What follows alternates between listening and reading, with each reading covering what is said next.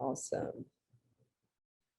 All right, well, welcome everybody. This is our final event for today's 4-series workshop. And we have Michael Corbit joining us from Palm Beach. What was it again, Michael? I'm sorry. I'm with CareerSource Palm Beach County.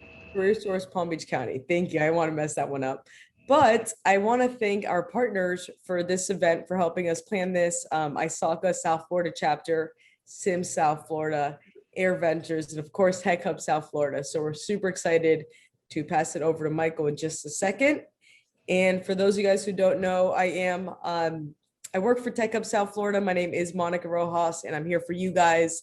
Any initiatives you have for inclusivity and diversity, please reach out to us. We're really trying to learn and educate our community on this. And we have Beth here as our ASL interpreter for today's discussion. And it was also Beth's birthday, I think either yesterday or today. So happy birthday, Beth.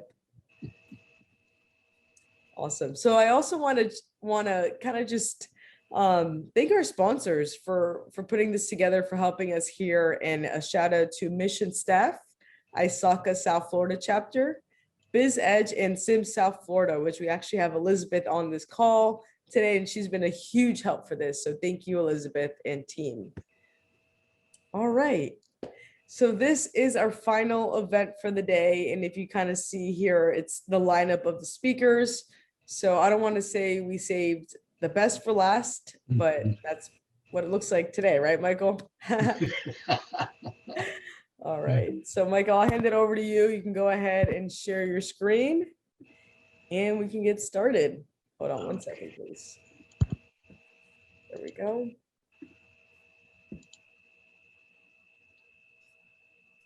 Let's see here. Can you see my screen? Yes, perfect. Okay. Again, thank you for having me. It's always a pleasure to present to folks about what we do here at CareerSource. I am with CareerSource Palm Beach County.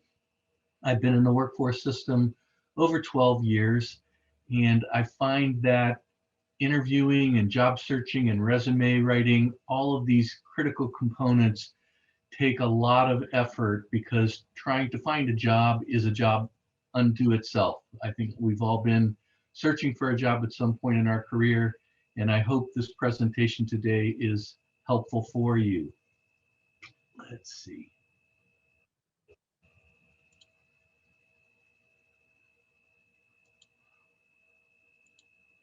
Okay, I'm going to spend a little bit of time talking about how to file for unemployment, and then going through Employ Florida, and then getting into interviewing and the skills and all of that.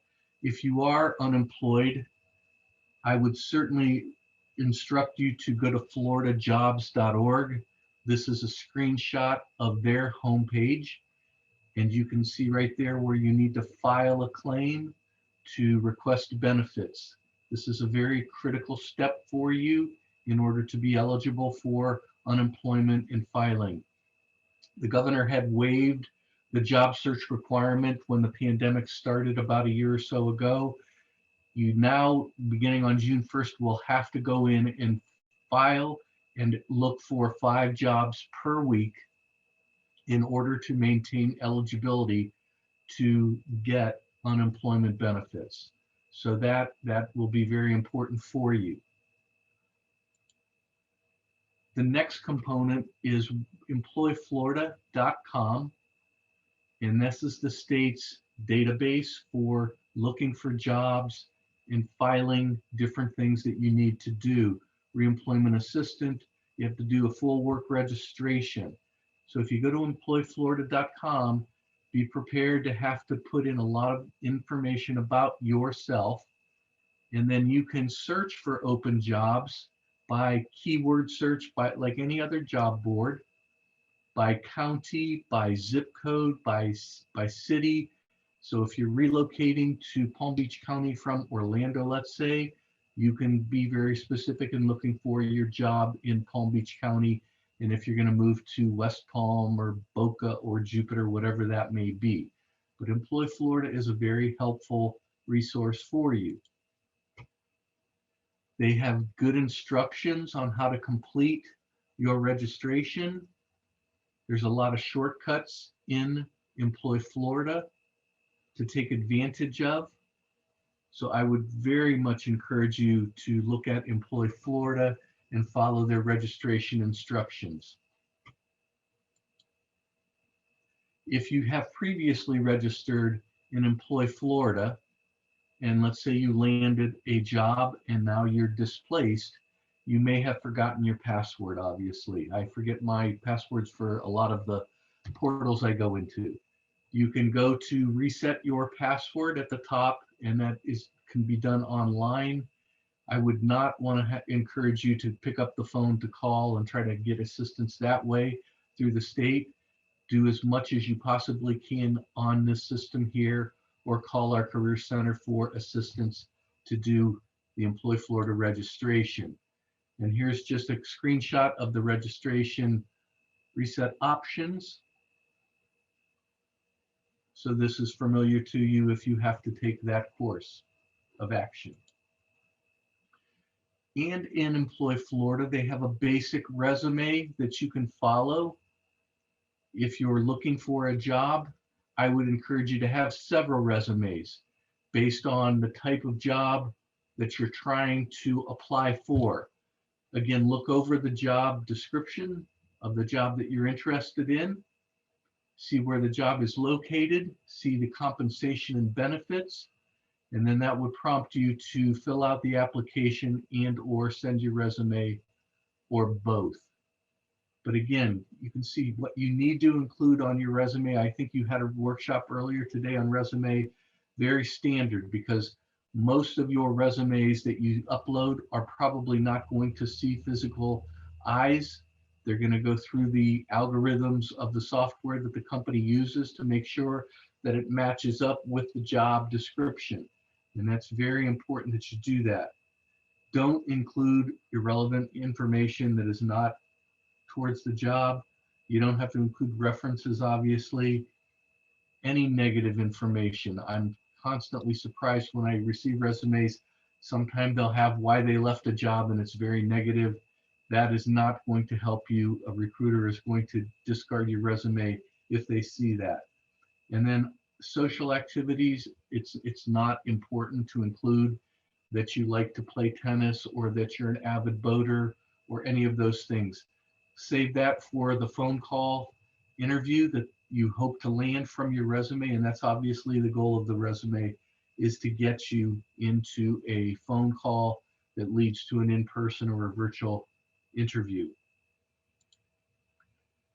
On our website at CareerSourcePBC.com, we have a number of workshops that you can take. They're less than 5 minutes, but you'll probably obtain a few helpful tips about your resume.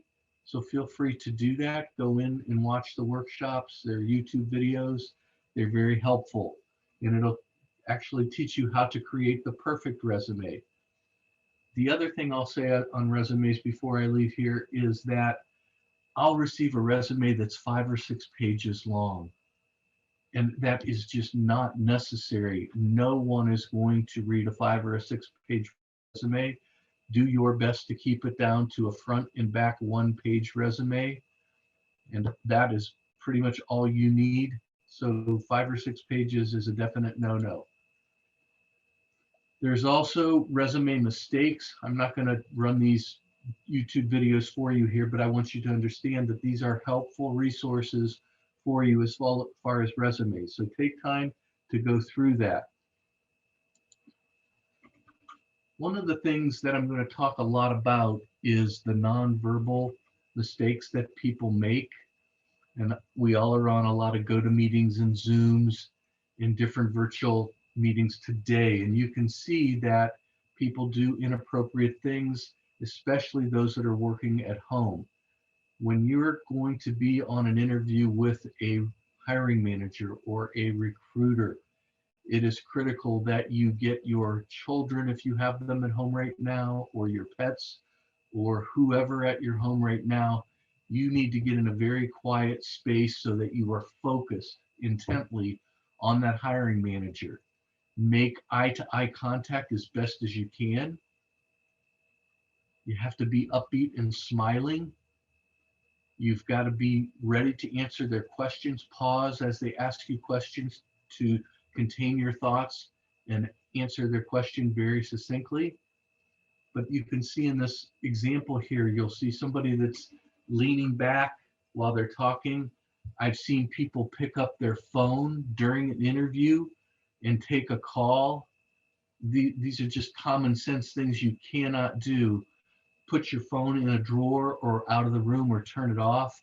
No distractions at all, because you are being judged from the moment you log in to this virtual interview and until the moment you're off. They're looking at your body language. They really are trying to figure out, are you a fit culturally and hard skills, soft skills for their company? The beauty of it right now is that there are a lot of open jobs. I can tell you in Palm Beach County and Employ Florida, I got the open jobs report on Tuesday. We have over 2,300 open jobs in Palm Beach County. And I would think that's similarly in Broward, Miami-Dade, and up on the Tertiary Coast Research Coast. So you have a lot of employers looking to hire based on the industry. So put your best foot forward when you get online for an interview. Okay, I'm going to talk a little bit about job searching now. And job searching is a laborious process. It takes a lot of time. I would really encourage you to plan your day and not spend the entire time looking for jobs and blindly applying. I think that is a mistake. I would really try to build your online network through LinkedIn or your social media accounts. Things are starting to open up again, right? People are getting back out as they feel more comfortable with vaccinations, and it's just the world is opening up. Take time to go out and network where you see appropriate. Tech Hub South Florida has a lot of activities for you to take advantage of. There's many industry organizations.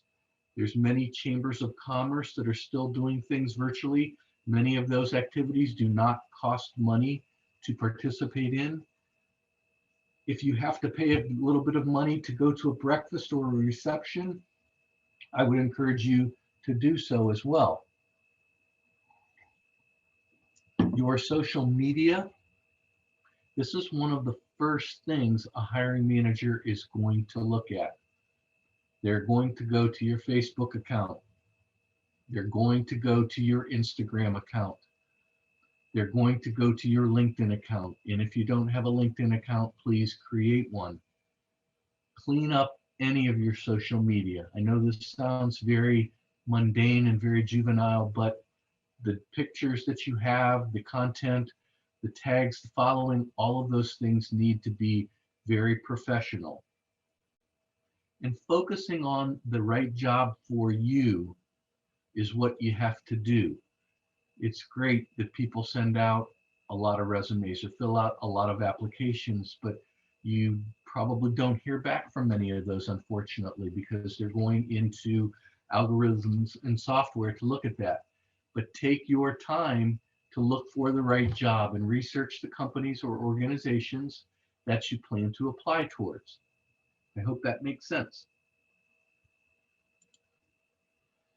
I talked a little bit again about Employ Florida. Some of the things that they do have in Employ Florida that will be helpful to you is the self-assessment profile. And it asks you 5 specific questions on your job skills, your personal skills, your work interests, your work values, and your use of tools and technology. So go ahead and complete that assessment, and it will help you focus on the types of jobs that you would be successful at and not fail at. And I think that's a good tool that Employ Florida offers. Job searching, this is what it looks like, how you navigate the menu, the types of keywords, as you can see in the middle of the screen. You can see advanced job search, by education, by job skills. There's a number of ways that you can search for jobs in Employ Florida. And this is an example at the bottom here of an administrative assistant position that's available in Boca Raton.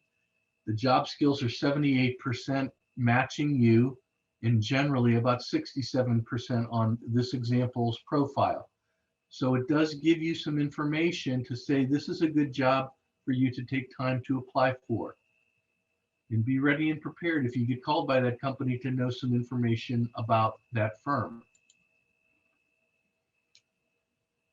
So interviewing and being an overview of it. Take time to research the company. Know what they do. Are they a publicly traded company? Is it a privately held company? Do they have history that you can learn from their website? Do they have some specific products or services?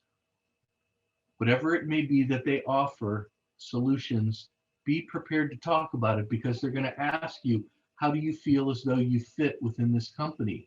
And if you know that their product set is going this direction, then you can talk intelligently about that. It's very important to talk about your strengths on an interview, especially virtually. And it's wonderful at the end of the interview that you can say, great, I feel like I did well today. I feel as though I'm a good fit for this job. What are the next steps? What are we going to do next? How can I get inserted into this position? I'd love to start and add value to your company. So end the interview online on a very positive note, and take notes as you're talking with this interviewer, and make sure you're doing your best to try to make eye contact with them. Your elevator speech. It has to cover these topics. Who are you? Tell them very quickly who you are, your name. What do you do? What do you like to do? What do you specialize in? Why am I unique? Why am I different than the other candidates that they may be considering for this position? And at the end, explain why they should hire you. These are the things that I feel, based on the interview today, that I feel I can do for your company from day one. And most importantly, make sure this is a dialogue and not a monologue. Prepare your 30-second elevator pitch. Do it with your spouse or your significant other or your family or your friends. Practice.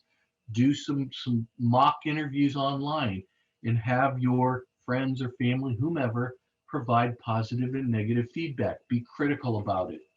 Those are very important, because the more you talk about this, the more you do it, the better prepared you will look when you actually have that virtual interview. Okay, this young man looks happy, got a great smile on his face. You can tell that he's dressed properly, he's groomed appropriately. That's what we need to do. All right, some of the things that will help you here is, again, know yourself. You can always do a best work assessment that is no charge through our organization. We've all done the DISC and so forth. So feel free to do an assessment so you know your strengths and weaknesses. Again, research the company. Applying for the jobs that you're relevant to, that you actually are good at.